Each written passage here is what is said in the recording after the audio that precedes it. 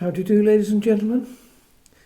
This week's blog really follows on from what I was saying last week about new currencies which are likely to start competing with existing currencies run by governments.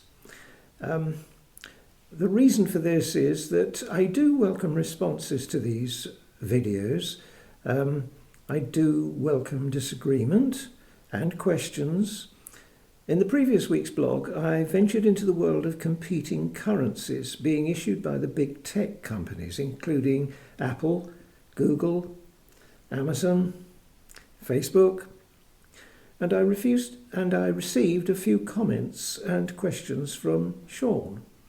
This is what he says. As stable coins are, well, stable, one can't invest in said coin with hopes of any financial upside. Quite correct. It is reasonable to think that an investment in the base company would reflect positively if, let's say, an Amazon coin was to appear and 100 million users were suddenly funneled into the currency of the platform. Would that affect Amazon's price? I agree with you that this is the way things are going, and I'm pondering how to be positioned to capture some of these shifts in the currencies, if that is at all possible. Okay, let's see what we can do to answer those points. But let's start with an attempt at some definitions. Bitcoin is usually described as a coin or a currency. You can, in certain places, use it to pay for things. That's fine, but to be honest, Bitcoin is useless as a currency. In our troubled times, it is best regarded as a store of wealth. Its value against fiat currencies gyrates wildly. That's not good for a currency. Currencies need to be relatively stable. The trouble is, when governments print money and borrow even more against the local currency, that only serves to dilute its value. Every currency on the planet has lost value over the years. This means that stable coins are likely to lose value as well, as long as they track just one government-issued currency. As for instability, I've been trading Bitcoin today, which, well, the day I recorded this is Wednesday, October the 20th. Look at this chart. This is Bitcoin's movements over the course of just a few minutes. To get the information on the screen, I'm using 5-minute bars, so every one of those green bars represents trading activity over the course of just 5 minutes. You will notice that over the course of 10 minutes, that's all, Bitcoin has risen in value to the tune of $1,500. There is no way you can use that type of currency to go out and buy a bottle of milk or a loaf of bread.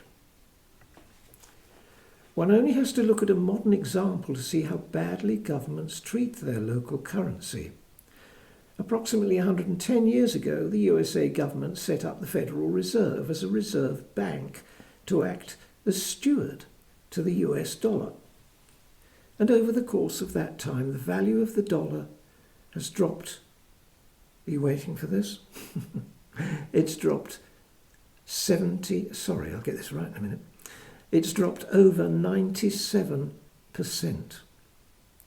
Even more recently, you'd need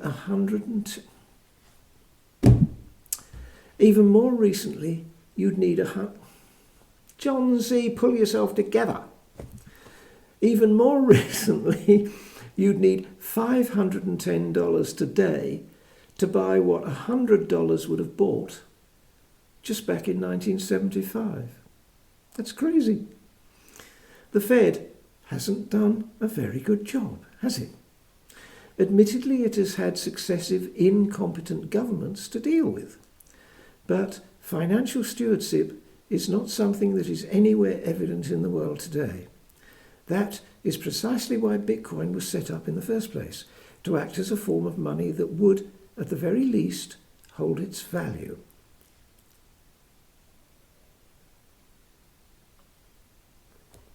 The other side of the question is, what are we to make of the various stablecoins about to be issued by big tech?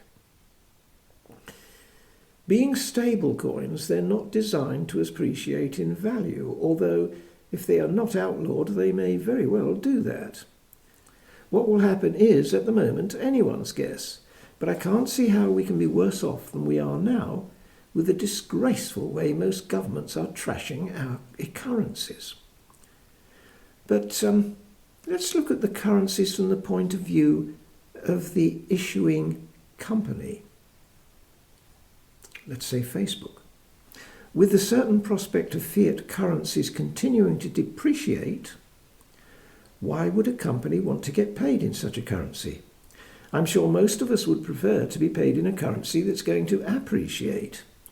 That's what these companies hope will happen with their own currencies. It is also very useful to be in control of your own currency, but how can the company benefit if its own coin is pegged to one currency? The use of the company's own currency is likely to make life easier for the company, but only marginally so.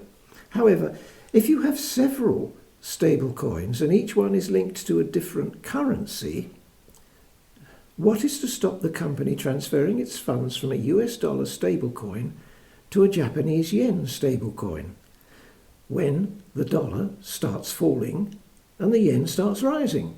After all, this is precisely what Facebook's DM currency is going to facilitate. It is intended to be issued in several formats, each being pegged to a different currency, and one further version pegged to a basket of currencies.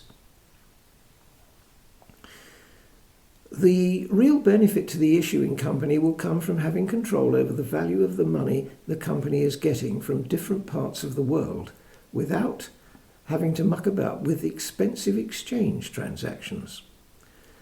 I'm sure the whole point of this is that the company will be able to run its affairs outside of any local jurisdiction. That is going to make its taxation position somewhat interesting. I would hate to suggest where this is going to go, but I rather like the idea of there being a currency that is a genuine alternative to fiat currencies run by governments behaving like drug addicts. Finally, there is Sean's third point. How does one invest in this crypto world? That is another question altogether. I'm not licensed to give out financial information, but what I will do next week is mention a few investments and tell you what they do and where to find more information about them. In the meantime, thank you for watching. Do press the button and like the video, that does help me. And in the meantime, have a good week and see you next week.